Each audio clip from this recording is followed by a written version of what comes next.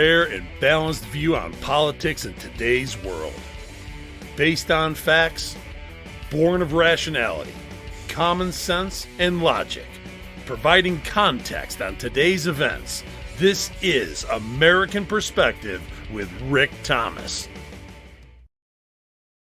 Hello, everyone, and welcome to another edition of American Perspective with me, your host, Rick. I say that for all the audio listeners. The ones that watch on video, they can see that I'm standing here, so they know. Yeah, they know.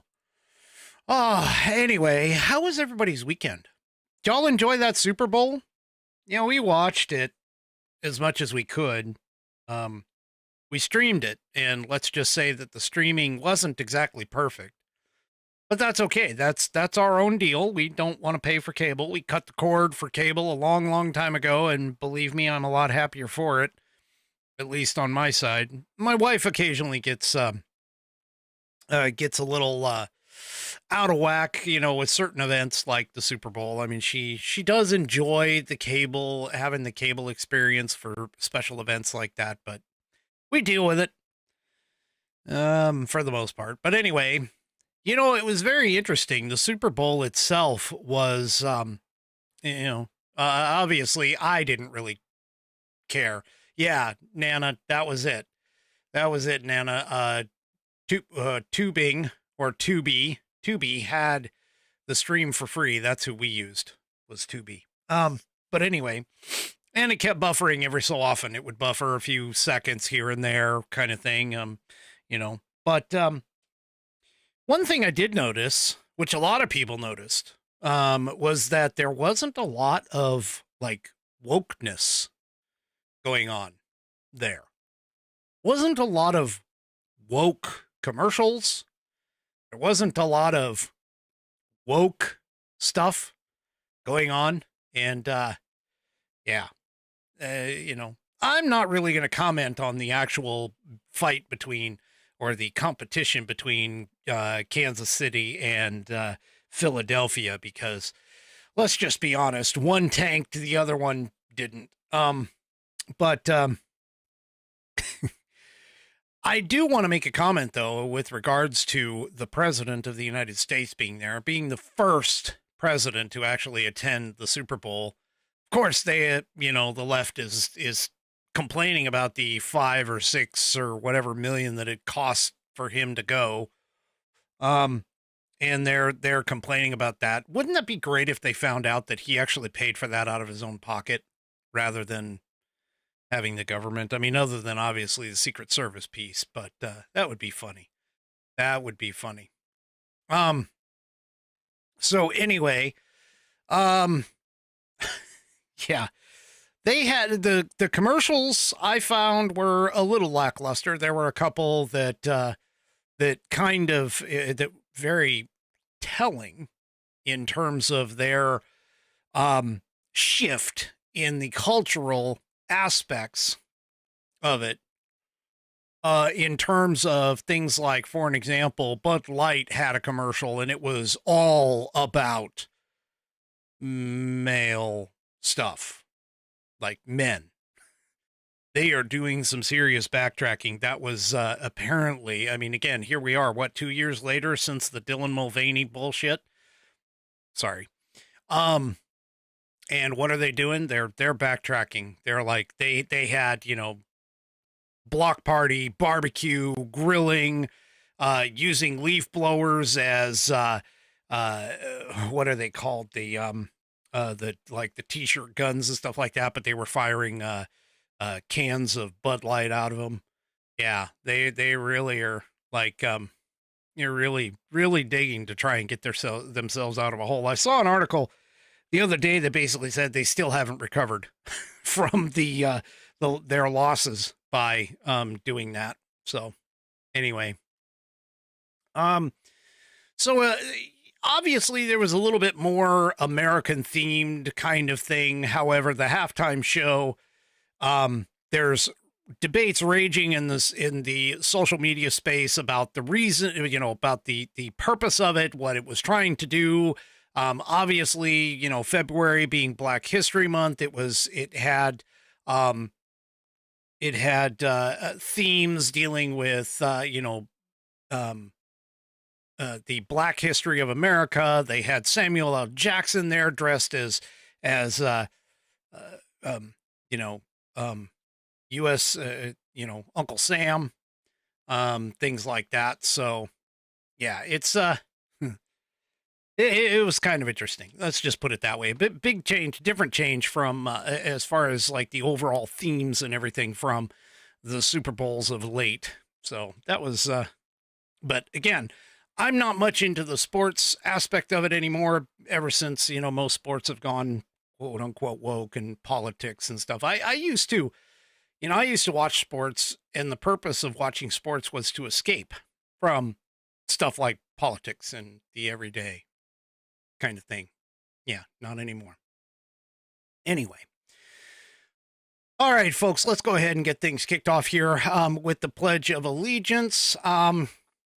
And tonight, I believe it's G who is on deck. So, if you are of mine, please stand, remove your hat if you're wearing one like me, place your hand over your heart, and let's follow along with G in the recitation of the Pledge of Allegiance. I pledge allegiance to the flag of the United States of America and to the republic for which it stands, one nation, under God, indivisible, with liberty and justice for all. All right. And of course, I thank you, G, for putting in that wonderful Pledge of Allegiance, that wonderful rendition. If you would like to hear your rendition of the Pledge of Allegiance, please record yourself performing the pledge in your style, and then, of course, attaching it to an email address. Send it off to fans, F-A-N-S, at americanperspective.online. That's fans, F-A-N-S, at americanperspective.online. Also, too, just little kicker, no pet of the week yet. Send in your pets for Pet of the Week on Wednesday night. We need one. Pet of the Week. All right. And that one, by the way, you can also send to fans at americanperspective.online. I'm an easygoing guy. I'm serious. I try to make things easy for everybody. Anyway. All right. Tonight's headline sponsor is True Grit Roots Network. TGRN.net is our home on the web. And right now, we have, of course, our signature channel, the Walter Trout Blues Rock Radio. That's right, Walter Trout Blues Rock Radio. And let me tell you, we put together several shows throughout the week. They do tend to we have repeats of the shows so that people across the world can pick them up. They start usually at 2 p.m. Central Time, and then, of course, they have a replay at 8 p.m. Central Time. And occasionally we have another show that's kind of, slid in there. But I just want to tell you, Friday night's ladies' night. Yes, the ladies take over the airwaves after the Blue Plate special, which happens at noon Central Time. Monday through Friday at noon is the Blue Plate special. But after that, man, 2 p.m., we get Black and Blues from the real Lady A. Not the fake Lady A, but the real Lady A, the actual Lady A, the Lady A that has been around for a very long time. Well, I'm not talking about Lady Antebellum, which cut their name off to Lady A. I'm talking about the real Lady A, who's been doing this for a very long time in the blues. And she does this fantastic show, Black and Blues. It's the B side of the blues. Her show shows up at 2 p.m. Central Time, and then again at 8 p.m.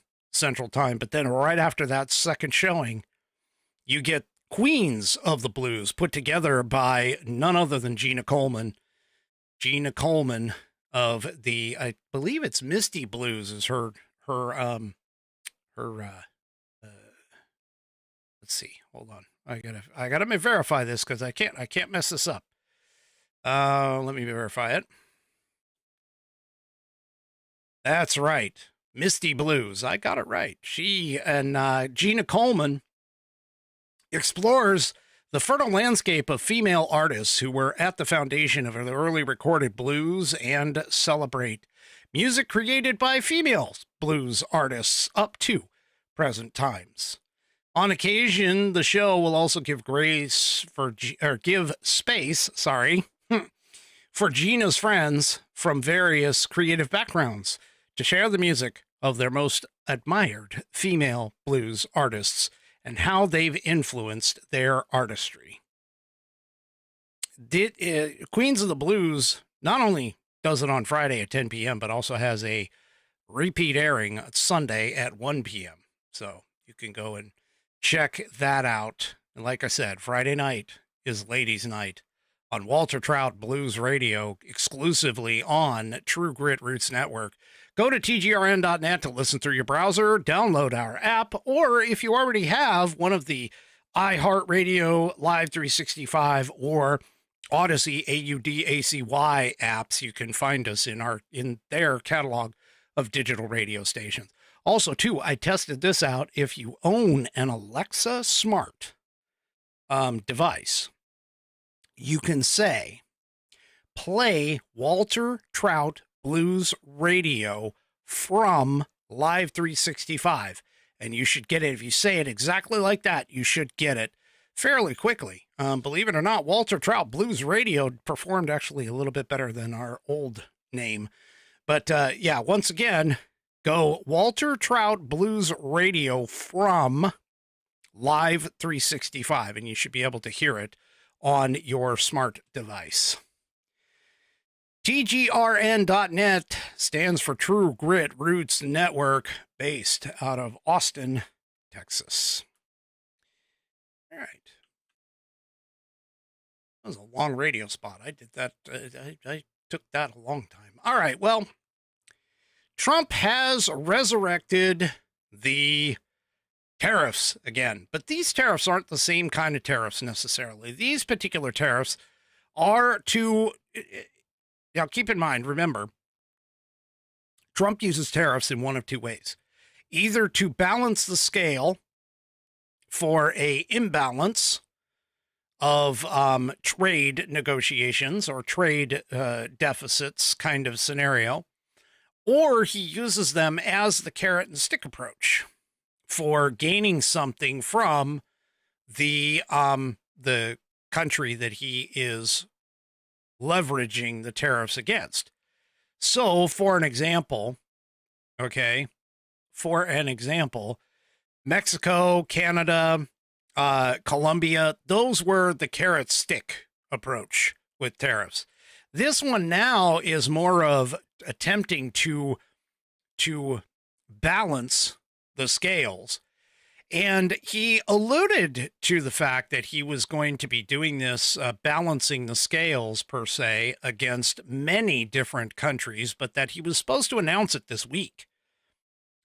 So far, what he did say on Sunday was he was talking about imposing 25% tariffs on steel and aluminum. Today is when he was supposed to do that. And I think he did, if I recall correctly, it did come out, but he plans on imposing 25% tariffs on steel and aluminum imports. So any steel, he said, coming into the United States is going to have a 25% tariff. He told reporters this on Air Force One on the way to New Orleans, or Nolans. When asked about the aluminum, he told reporters that it will also be subject to trade penalties. Carolyn Leavitt, of course, our new White House spokesperson, said that the new tariffs will come on top of any existing duties on already on steel and aluminum. Trump also told reporters that he would soon announce reciprocal tariffs on either February 11th or February the 12th, meaning tomorrow or Wednesday, meaning that the United States could import duties on products from countries that have placed tariffs on U.S. goods. He basically said, if they are charging us 130% and we're charging them nothing, it's not going to stay that way. So there you go. Yeah, he's been talking about this for a little bit. You'll recall on February 7th, he sort of elaborated on the idea of reciprocal tariffs during comments at the White House alongside the Japanese Prime Minister. And I think he was sort of talking about the Japanese in particular. I mean, it seems kind of fitting that he did that. But anyway, so according to the U.S. Department of Commerce, the European Union levies as much as a 50% tariff on motorcycles and 10% on automobiles. India, for an example, places 60% duties on U.S. cars and hefty tariffs on agricultural products. During the campaign, Trump office said that he would place tariffs on a variety of goods and countries, sometimes even suggesting that the United States could abolish the income tax in favor of tariffs. Yeah, well, so again, this is the trade balancing portion of tariffs that Trump likes to utilize and has utilized in the past as well. So, well, we are now 3 weeks into the second Trump administration. I know so much has happened. How can it just be 3 freaking weeks? Well, it is. That's all I'm telling you.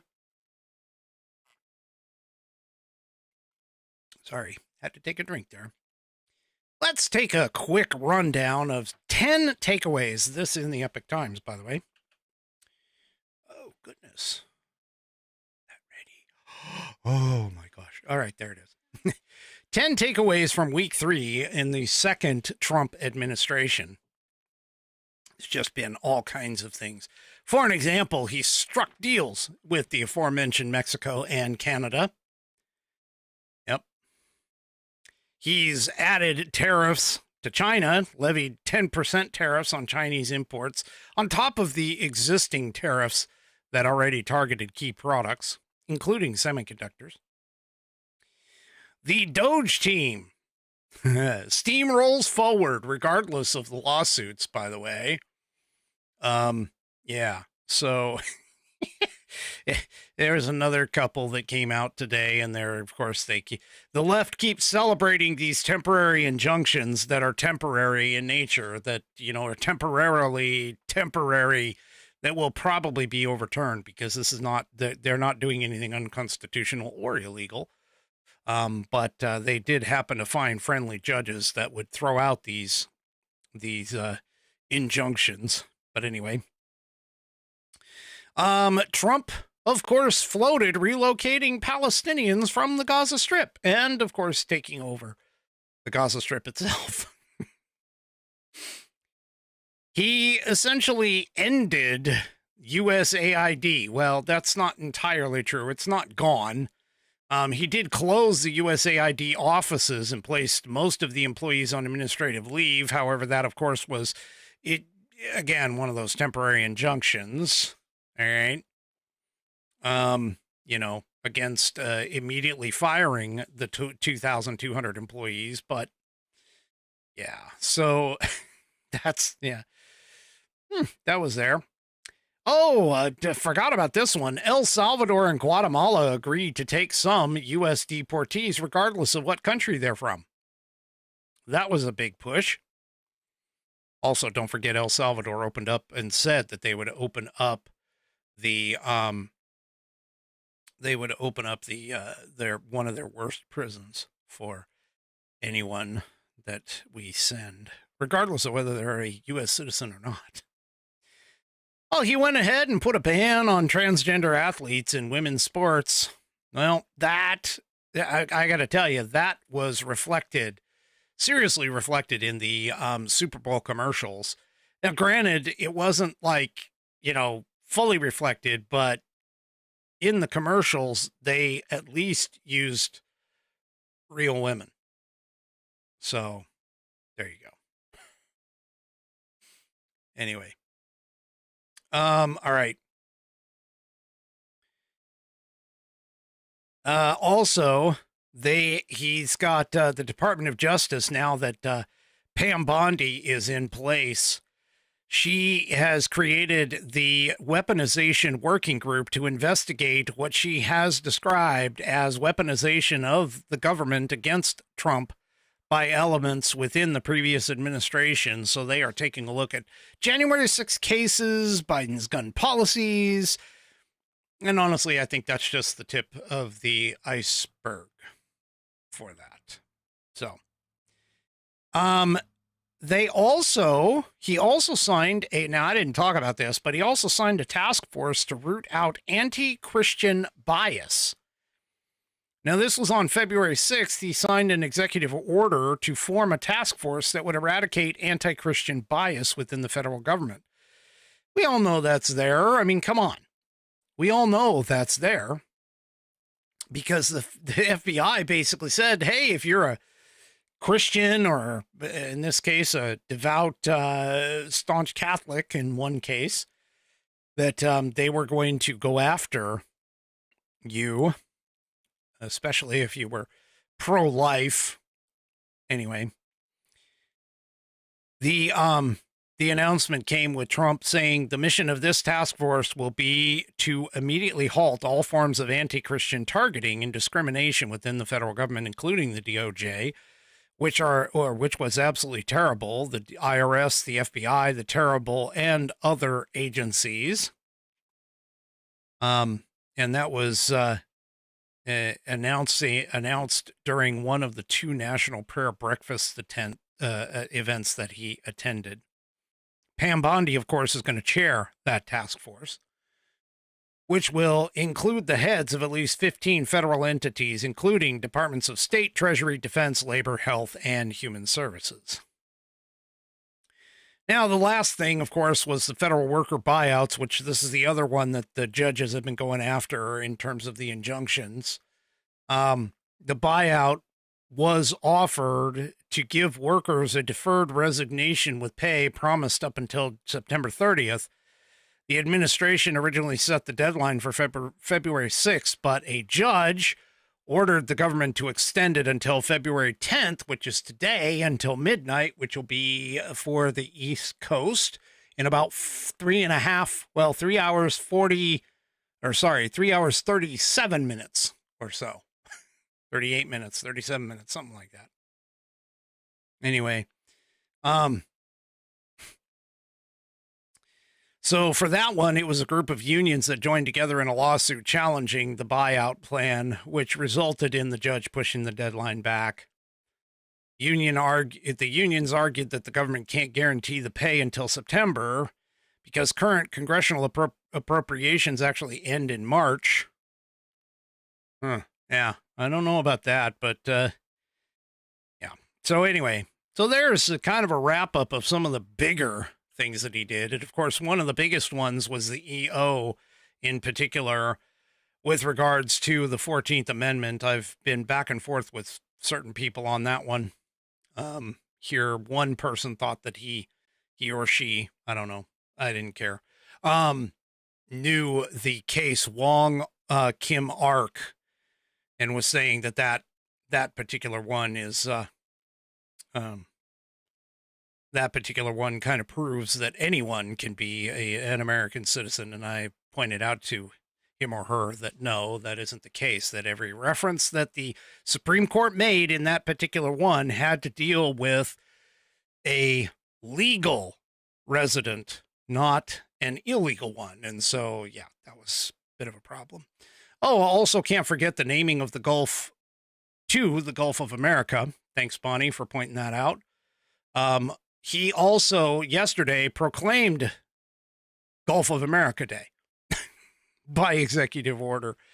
And he did it. Ironically, they were all standing there in the office on Air Force One as they were flying. And he had the pilot announce as they were flying out over the Gulf from Florida, because again, they left Florida. He was in Florida in order to go to New Orleans and for the game. And when they left Florida and got over international waters, that's for most people, that's about 12 miles out from land.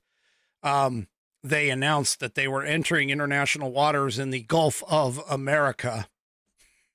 So, yeah, it was kind of interesting. It was pretty fun. But, of course, the left is still just going nuts over the idea of Doge.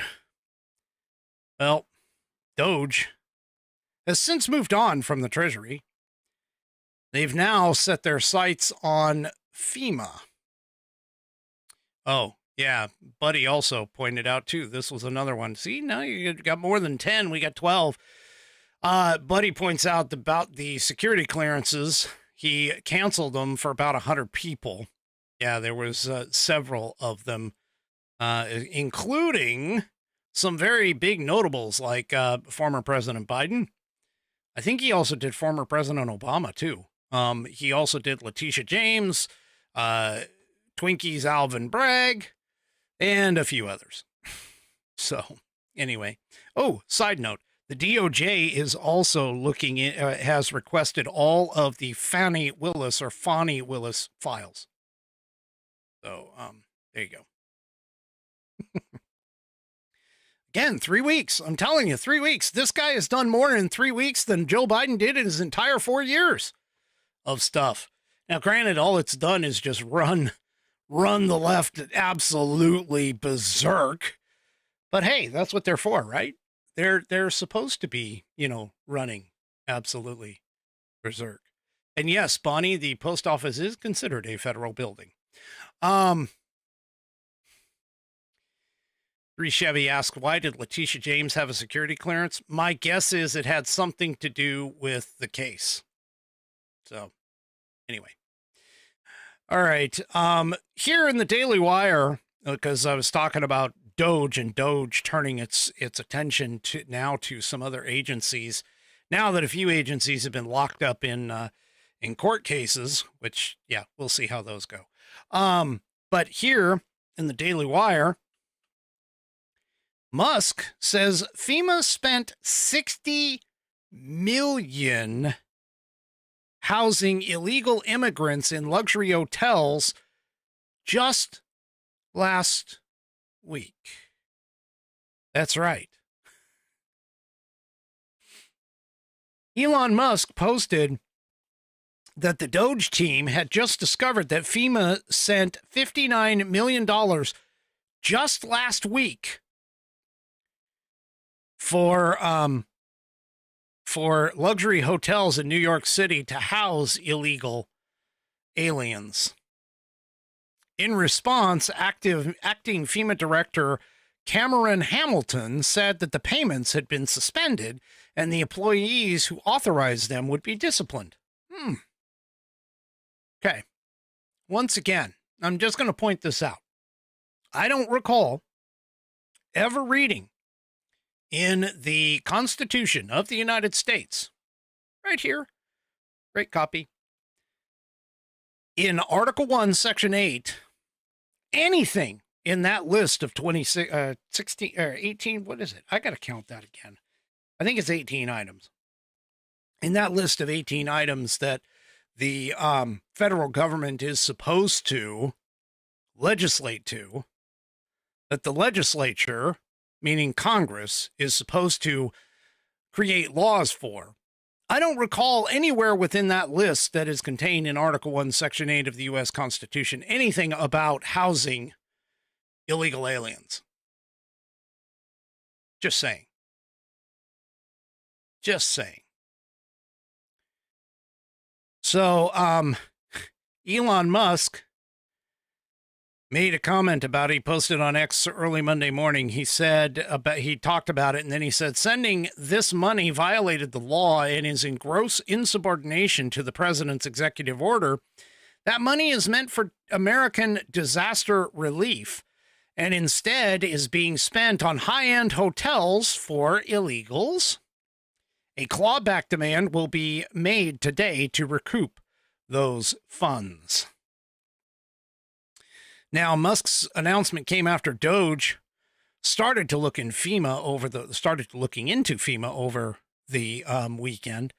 And then Musk, of course, posted on X that the agency, FEMA, is broken. So, yeah.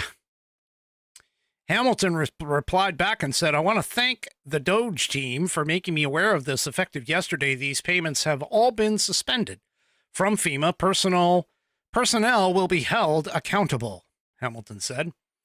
He also said that Congress should not have passed legislation in 2023 and 2024 authorizing the agency to facilitate housing programs for illegal aliens. Hamilton was referring to FEMA administering the Shelter and Services Program for illegal aliens, which has cost more than $1.4 billion since the fall of 2022. Yeah. You want to talk about our tax dollars going to places that it shouldn't? Again, all you need to do is focus on Article 1, Section 8, and the 10th Amendment. Don't know how you can be constitutionally specific and not realize that all of this stuff that we've been asking. I mean, and I understand, keep in mind, I understand things like FEMA, they make you feel good because, FEMA, Federal Emergency Management Agency, all it's supposed to do, or what it should be doing, is handling emergencies and taking tax dollars and helping out, communities and Americans to rebuild or put together, get their lives back together after a natural disaster. I get it. It's a feel-good program. It's no different than, say, Social Security, Medicare, Medicaid. All these things are feel-good programs. However, if you take the feel-good out of it, okay, and look at it from a purely logical, fact-based perspective, which I do a lot on this program, none of those fall under the auspices of the federal government, and therefore should fall to the 10th Amendment and be left to the states and or the people. I get it. I understand it. I have a mother who is, getting up there in age. I won't say what age she is, but I have a mother who accepts and gains benefits from these things. I understand that. Again, emotion-based thought processes do not do well on a government level. You need to be able to step yourself away from these types of things from an emotional standpoint and be realistic. That was not what our federal government's dollars, okay, were to be used for. And as much as I hate to say this, because again, I understand the emotional aspect, but we've got to get real. We are $37 trillion in debt, and it is only rising, folks. It is not going away. We cannot afford that. We cannot afford that. We can't afford being this far in debt. We can't. And again, some hard cuts are going to have to be made. Some hard choices, some hard decisions are going to have to be made, or otherwise the federal government is, well, technically, I mean, logistically, it can go bankrupt. Legally, I don't think it really can because of the way that we built it. But let's just be honest. If those people who are, in debt to the government can't get their money back, it won't matter what we do. Our reputation will be just totally destroyed. So anyway. All right. Moving on here. Apparently, Andy McCabe, he's freaking out. And also, he apparently admitted at one point that Kash Patel's looming confirmation has the deep state in a panic. Gee, I wonder why. This in the Daily Fetched. Says,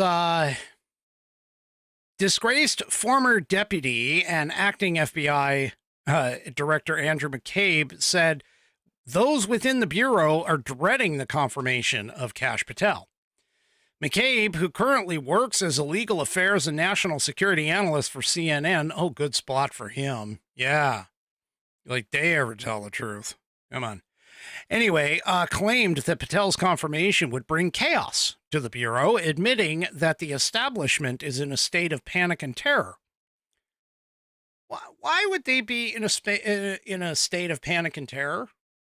If they've done nothing wrong, why would you have to be worried about it?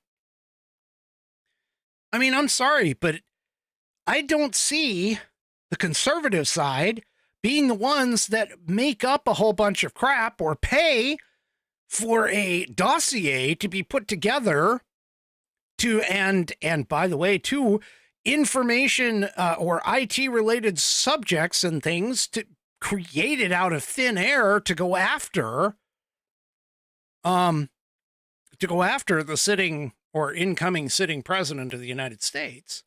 I don't see any of us, any conservatives doing that. Well, so anyway, McCabe said of the agency, this is totally unprecedented. FBI rank and file agents and analysts who make up the vast majority of the field offices who do the work of investigating these cases, of executing search warrants, of executing arrest warrants, doing surveillance, electronic surveillance, whatever it might be. Those people are never touched by the political winds that blow through every 4 years. I don't think so, dude. And he continues on with, nor should they be. Well, you're right. They shouldn't be, Andy. But you guys are the ones that did it. You guys are the ones that put those people in that position. They did. Now, there are some, like Kyle Seraphin, who realized that things were not going the way that they should be in terms of impartiality, in terms of the FBI's motto of fidelity, bravery, and integrity. Integrity being the key word. And they decided to get out. They decided to leave. Same thing with Dan Bongino. He saw the writing on the wall and decided to leave the Secret Service, even though he protected presidents at that particular point of both Republican and Democrat presidents. So, yeah. Anyway. Sometimes you just got to make your choice. And you got to make it by deciding whether or not your principles are going to override your position. I guess some people just don't go that way. But anyway, John Bolton is fearing it. There's just so much there. It's not even funny, but they are afraid of it. And it's even brought out some of the more stupids. Yep. Some of the more stupid people. So now, there's a few people in Congress that are fighting, literally fighting, for the title of the dumbest member of Congress. Right now, in terms of who is in the list, it is pretty much kind of between AOC, who I think arguably could be number one, Jasmine Crockett, okay, Dan Goldman, and Chris Murphy, as well as a few others like Adam Shifty Schiff, okay. Adam's just a straight out liar and a complete moron. I don't think he's necessarily dumb, like the dumbest member of Congress. But AOC usually ranks the top of that list. However, Jasmine Crockett has caught my attention on that, trying to put herself into the rankings. And here's another example. Well, first of all, have you ever listened to her speak? Okay, she definitely goes without sounding really nasty, but goes ghetto on sometimes when she gets into it, when she really gets into it. And sometimes it's sort of like, okay, you're representing the United States of America. You should at least be putting out English, like real spoken English, so that everybody can understand you. But she went ahead and made a fool of herself, according to this town hall piece, with regards to the last jobs report. Now, last Friday, the January jobs report was released, showing an unemployment rate of around 4%. Now, the report itself signals a sign that the job growth is actually slowing, because the job numbers, now keep in mind, throughout the entire history of the Biden administration, they always put out jobs numbers and then revise them down. I think they only did like 1 or 2 where they didn't do it. Well, anyway, it happened again. Economists had predicted 170,000 non-farming jobs being added from December to January, but only 143,000 actually showed up. So Crockett shared a screenshot and a link to the article, and then, of course, made it all about Donald Trump.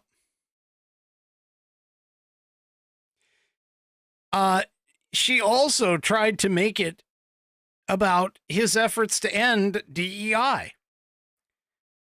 She substituted it for dying economy and inflation. Yeah. She goes, it's only 2 weeks in and the Trump is making America broke again. Well, no, sweetheart. Biden-Harris administration, that's the end of their numbers. Okay. Oh. Bonnie, send me an email about that. Remind me. Anyway, yeah, so the numbers released on Friday were for the end of the previous administration. Trump didn't take office until January 20th. So, I mean, her sitting there, complaining about it and trying to tie it to Trump, yeah, that just shows how stupid she really is. Because that was the end of the Biden administration. It has nothing to do with Trump. Now, the Forbes article the congressman was sharing says also not one thing about DEI hiring practices. In fact, the article pointed out that maybe not the article, but this article in Town Hall points out Black Americans had by far the highest unemployment among demographics at 6.2%. And the writer recommends that Crockett should be focused more on how to productively do something about that rather than be engaged in unrelated rants about DEI and mix up which president the Trump numbers belong to.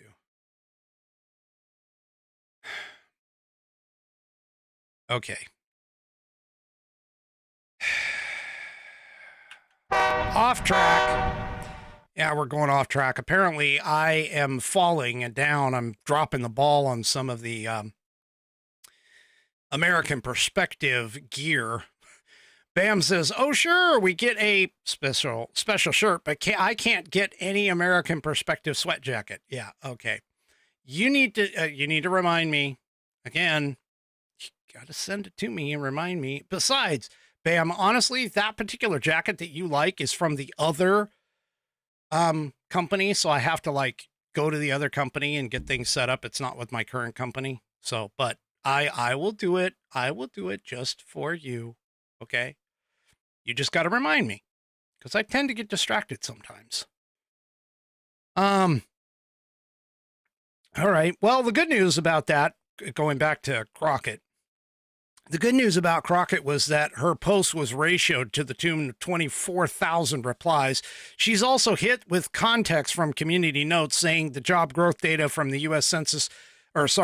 Bureau of Labor that is referenced is from a time period ending before Trump took his place in office as the 47th president of the United States of America.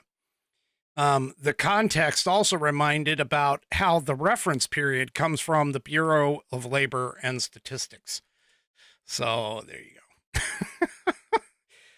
go. Anyway, yeah, she's a complete moron. Also, too, by the way, she appeared on CNN. I think she could rank up there as being one of these people who is basically a kind of a reverse racist, I guess. But here, just take a listen to what she said on CNN.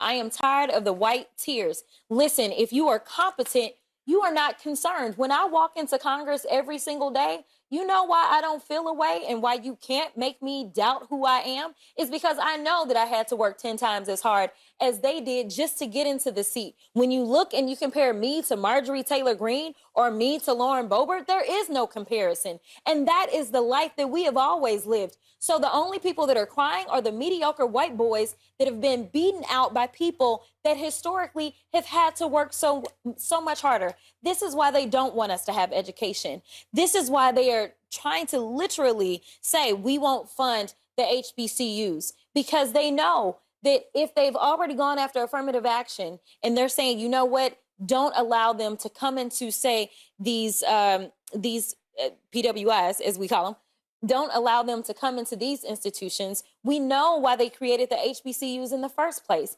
Okay, so here's the thing. First of all, affirmative action is a reverse discrimination. It is basically using the category of race in order to fill specific quotas. That is what DEI turned into.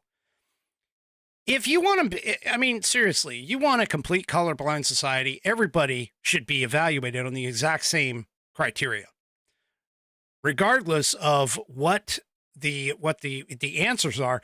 If you go and are tested on a particular subject or a particular, scenario, then whoever comes out on top should be the one who is offered the job. And if you have more than one position available in that for that particular thing, then the first two, top five, whatever, are put in there. So, yeah. Anyway, so she's just a complete moron. I'm sorry. She just is. And she's racing. She's looking for being the arguably the dumbest member of Congress. So, anyway. Jeez. All right. Well, I think the Dems have figured out. How they're going to stop Trump. They have. Senator Andy Kim certainly announced it. What am I talking about? Well, apparently the Dems have decided that the only way to stop Trump from doing damage to their government is to shut it down. Andy Kim said that he and his fellow Democrats are ready to shut down the federal government over President Trump's recent actions. Says, I cannot, this is what he says. He said this on Sundays on NBC's Meet the Press. I cannot support efforts that will continue this lawlessness that we're seeing when it comes to this administration's actions. And for us to be able to support government funding in that way, only for them to turn it around to dismantle the government, that is not something that should be allowed. Yeah. He joined the show on Sunday to discuss ongoing actions stemming from Trump and his administration. The Democrats are getting frustrated, of course, with the changes. Many are calling on the Democrats to protest. Now, normally I wouldn't put a lot of credence to this. I mean, this literally is just like one senator and kind of a low-end senator at that anyway, to be honest. So, yeah, he just sitting here, complaining about it or pointing out about it. I just think that, yeah, this is not something to necessarily worry about until you get somebody like Chuckles Schumer involved Chuckle Schumer, he warns of a Trump shutdown. Notice that it wasn't a Biden shutdown when the Republicans were going to shut down the government to keep Biden from getting what he wanted. Okay. But yeah, Schumer warns of a Trump shutdown and lays out a 4-pronged plan for Democrats. So what's in this plan? Well, he sent a letter to colleagues today warning of the possibility of a Trump shutdown and reminded fellow senators that Democrats have the power to make or break any bill to fund the government past March 14th. Democrats in the Senate and House are looking more seriously at the looming funding deadline as an important point of leverage to slow or stop President Trump's and Elon Musk's freezing of federal payments, lockout of federal workers, and plans to slash government spending by trillions of dollars. Schumer wrote that the Democrats want to avoid a shutdown. Really? They want to, but they're calling it Trump's shutdown. Yeah. Anyway, they were saying and argued that if Congress fails to reach a government funding deal by March 14th deadline, the fault would lie with Trump. Yeah. Schumer wrote, legislation in the Senate requires 60 votes, and Senate Democrats will use our votes to help steady the ship for the American people in these turbulent times. It is incumbent on responsible Republicans to get serious and work in a bipartisan fashion to avoid a Trump shutdown. Yeah. Yeah. Well, there's only one problem. There's only one problem. There's this thing known as reconciliation. Oh, these guys, they don't even understand their own stuff. There's a thing called reconciliation, folks. And Speaker Johnson is planning on fighting back against the Senate Democrats by pursuing one singular big bill. Now, keep in mind, okay, you have, they were talking about having an option of a single bill or dual bills. Now, the problem is with reconciliation, it usually only comes in with one bill. That's the tradition. But to do it in two bills offers up the opportunity for like one to pass and not the other. With one big bill, they kind of have a challenge here with the idea that, if they don't get the one big bill passed, nothing gets through. So Johnson's kind of playing the odds here, and he's planning on pursuing the one big bill on the Trump agenda. So U.S. House of Representatives Speaker said Sunday that he would stick with a one big bill strategy to pass President Donald Trump's tax cut agenda, fund border and military priorities despite a limited $340 billion budget plan unveiled on Friday by Senate Republicans. Speaker Johnson told Fox News on Sunday that it would take some time to secure the Republican consensus amid the party's thin House majority, but he said they would find savings to offset the cost of extending the 2017 tax cuts that are due to expire at the end of the year, along with other priorities such as excluding tip income from taxation. So here's the thing. If they pass a reconciliation bill, the Senate doesn't have the 60 majority anymore. The reconciliation bill can pass with a mere majority in the Senate. Yep, that's right. That's the key right there. So, yeah. They're going to deal with a budget committee market next week. He said we might push a little bit further because the details really matter. Johnson said that, remember that I have the smallest margin in history, about a 2-vote margin currently. So I've got to make sure everyone agrees before bringing the entire project forward. that final product, and we've got a few more boxes to check, but we are getting very close, he said. Now, here's the thing. House Democrats, by the way, are looking, and I saw this, I didn't bring it in to the show notes, but I saw this, that they are looking to hold off on Elise Stefanik's special election seat. They're looking to hold off on that in New York until November. If they do that, that means that they have a bit of a problem in terms of, again, those razor thin majorities in both places.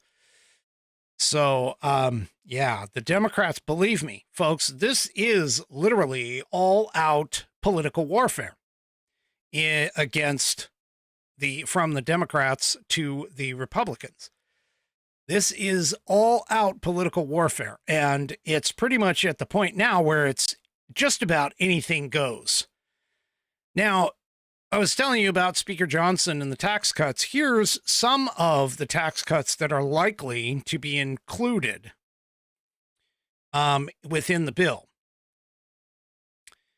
So obviously extending the Tax Cuts and Job Act stuff from 2017, but also adding in a few things. For an example, eliminating tax on tips, exempting overtime pay from federal taxes, exempting Social Security benefits from federal taxes, which, by the way, that was a Democrat voted on, initially voted on during the Reagan administration, so during the 80s, but then also re-upped and extended by a Democrat Congress under Bill Clinton. So all of that was done. You want to sit here and talk about, Social Security benefits getting taxed? Go back in history. Blame the Democrats. It wasn't the Republicans that created it. Granted, some of them went along with it. Don't get me wrong, but that's the point. Now, he also talks about lowering taxes for U.S. production of certain goods. And he also is talking about reducing tax benefits for stadium owners and ending what that's called the carried interest loophole. Those are some of the things that will probably be a part of this new tax program, tax setup. So those are the things that are likely to be included in this GOP's reconciliation bill. So, yeah. All right, folks. I do appreciate the time that you spend with me, but you also can stay in touch. Well, helping me stay in touch with you, not only following on my socials, but also to subscribing to The Perspective, which is the American Perspective newsletter. You can do so by heading off to americanperspective.online. That's americanperspective.online. Wait about 5 seconds. There'll be a pop-up that should show up, and that pop-up will allow you to put in your email address and your username and subscribe to The Perspective. As soon as I get that thing going, believe me, you'll start getting some wonderful things into your email inbox. But obviously I'm trying to get some things figured out, little details here and there. But go ahead and do that. Also, too, if you haven't already, head on over to rumble.com, get yourself an account. It is free. And once you are there, sign up. And then, of course, once you are signed up, sign in. And make sure that you search up the American Perspective channel, as well as hit that green follow button to get notified every time I go live. Also, too, don't forget to hit those thumbs up and like buttons all the way on your way out across all of my platforms, whether it's X, YouTube, Facebook, and, of course, the aforementioned Rumble. We will see you tomorrow night, 5 p.m. Pacific, 8 p.m. Eastern Time, right here on American Perspective. Have a great rest of your evening, and good night, everybody. The previous broadcast was produced and is owned by Active Eye Media LLC. All rights reserved.